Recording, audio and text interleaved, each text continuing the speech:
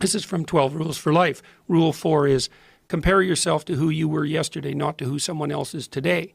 Yes. Because you need to have a hierarchy of improvement. You need to be aiming for something. And that means you're going to be lesser than people who've already attained along that dimension. Yes. And that can give rise to envy.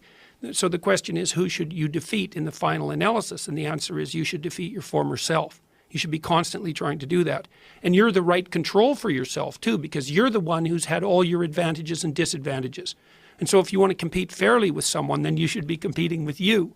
And it is the case, and this is what we were talking about too with regards to the self-improvement of the fighter, is, well, if you're improving yourself, then what you are doing is competing with your lesser self. And then you might also ask, well, what is that lesser self? And that lesser self would be resentful and bitter and aggressive and vengeance-seeking and all of those things that go along with having a negative moral character. And those are things that interfere with your ability to progress as you move forward through life.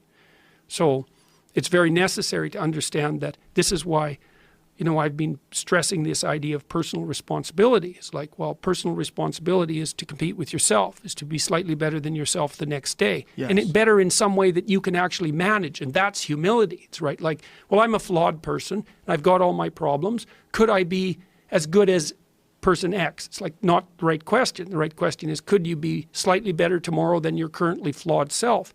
And the answer to that is, if you have enough humility to set the bar properly low, then you could be better tomorrow than you are today. Because what you also have to do is you have to say, well, here's all my flaws and my insufficiencies, and the best that someone that flawed and insufficient could do to improve and actually do it is this. And that's not worth going out in the street and celebrating with placards, It's like, well, this is why I tell people to clean their room. So you're not going to brag to someone that you did that.